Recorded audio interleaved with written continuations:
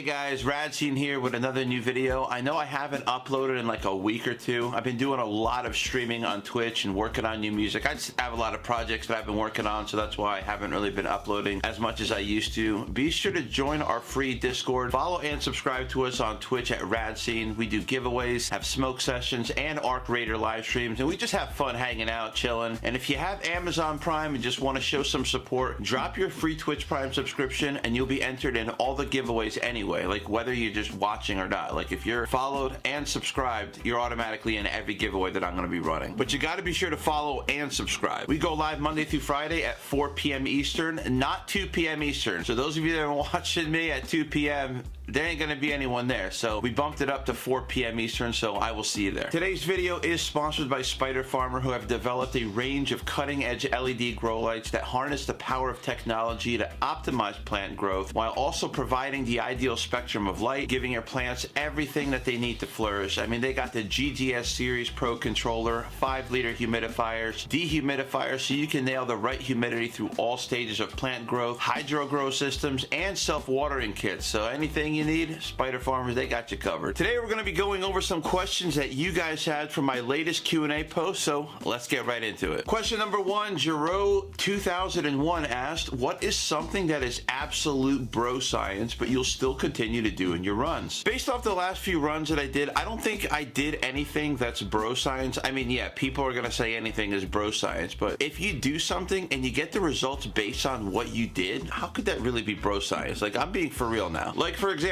some people think that it's bro science if you hit your ladies with ice cold water a week or two before harvest, or here's another good one, 36 to 48 hours of darkness. But I can make the argument that you're inducing stress, which causes your ladies to go in defense mode and increase trike production, because that's exactly what's happening here. Your ladies' trikes are meant to prevent themselves against wind and bug damage. It's like a last ditch effort to protect themselves. So people are gonna say anything is bro science just because I don't even know why. Like, it just sounds cool on the internet or something. But if you're getting the results that you're looking for based off what you're doing, that's real science in action, because you're getting those results based off of, like I said, what you're doing. So to all the people that are just throwing bro science on every forum or video that you see, listen, that's crazy work right there, bro. Question number 2, King Polo asked, what pH up and down do you use? I've always used general hydroponics, use it for over a decade, tried and true. Question number 3, DJ Clue asked, if I use a 4x4 light, is it better to run only 4 ladies, or is it okay to run like 6, or is that too overcrowded? It depends on how long you're trying to stay in veg for, how quickly you want your space to be filled up, and if it's worth the extra work on 6 plants rather than maybe like 3 or 4. So that's something you ultimately gotta think about. Now personally, I would recommend just going with 3 and veg a little bit longer and get the most potential out of the 3 that you'd be working with. That's just my opinion. Plus, if you're in a state where you can only grow a certain amount of plants, I feel like it's better to get the most production out of the plants that you're able to work with. Question number 4, Mad Smokes asked, thoughts on reusing soil and the right way to go about it. So let's just say that you're on your current run, but you want to end up reusing that soil on your next run. You're of course going to be giving your plants water for the last week or two to flush out all the stuff that's already in there. Now after that, you're going to have to rip up all the roots just to make it a lot easier. So when you start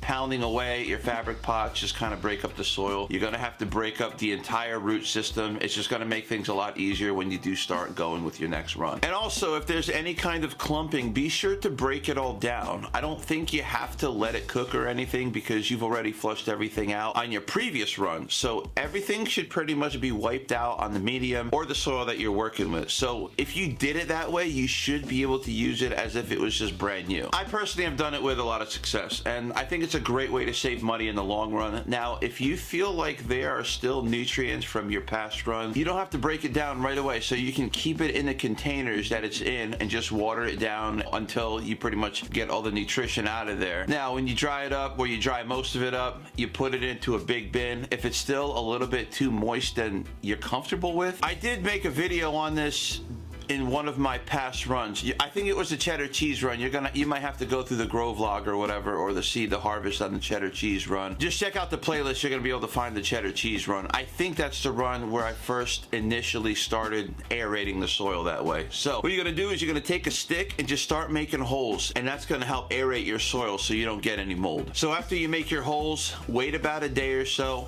and then just just start kind of mixing up that soil, and then just do it again until you feel that your soil is dry enough and doesn't have that level of moisture that might get you a little bit nervous about getting mold. Question number 5, Doc Auto 420 asked, how early have you topped your plants? Usually 2 to 3 weeks after the seedling stage week, so 3 to 4 weeks after pop, and that's when I'll set up for the main line, which you're still technically topping for the first time anyway. I don't like to do it too early just because I want to make sure that the ladies are healthy and mature enough to induce that kind of high stress training. Question number 6, Gary Cordell asked, you're on your last month, what do you give your ladies to really make them explode? I don't give them anything extra per se, but what you want to do is you want to increase your PPFD to that sweet spot between having very high light intensity while also not bleaching your flowers or getting those curly tips that signify light stress. I make sure to keep the nutrition as it always would be with the monthly top dressers and keep them on the watering schedule that they've designated me to based on what they tell me during the early part of flowering. Now, if you do want me to go over that test, I'm going to make a short so that way you guys can just refer to it in the future. All you got to do is just type in feed test in the comment section below. One other tip that I do recommend is to keep up with your nitrogen levels. Don't let your leaves start yellowing out. Those two things are going to be the biggest tips that I can give you. Do not lose out on your nitrogen levels. Keep up with the watering schedules that your ladies already told you in the early part of flowering, and having that light intensity so you're nailing that right PPFD while not getting yellowing leaves or any kind of bleaching or the tips that are going up like this. You follow those tips, you're going to have an excellent yield. Question number 7, Edward asked, what do you think about UConn beating Duke? I've listened to Mike Francesa talk about it on his podcast, but I don't follow college basketball, and I'm going to be honest with you, I haven't followed the NBA since Jordan's Bulls beat the Jazz in the NBA Finals. I'm more of an NFL guy, and yes, I'm a huge Mike Francesa fan. I know he's got some haters, but everybody's got him, you know what I'm saying? I've been listening to him since he was with Mad Dog over on WFAN. Most likely, if you're in like that tri-state area, like the New York, New Jersey, PA, Virginia, Rhode Island area, you're probably going to know who Francesa is. They don't call him the Pope of New York sports for nothing. Last but not least, question number 8, March on 9 asked, hey man, what's up? I was wondering if you'd be open to making a video explaining how to create your own genetics. Have you gone through that process before? Listen man, I'm going to keep it at a buck. I've never had any interest in creating my own genetics. I mean, I started this whole thing just to have my own tree for me, my wife, our friends. I'll tell you right now that it is a lot of work, and there's just a lot of time and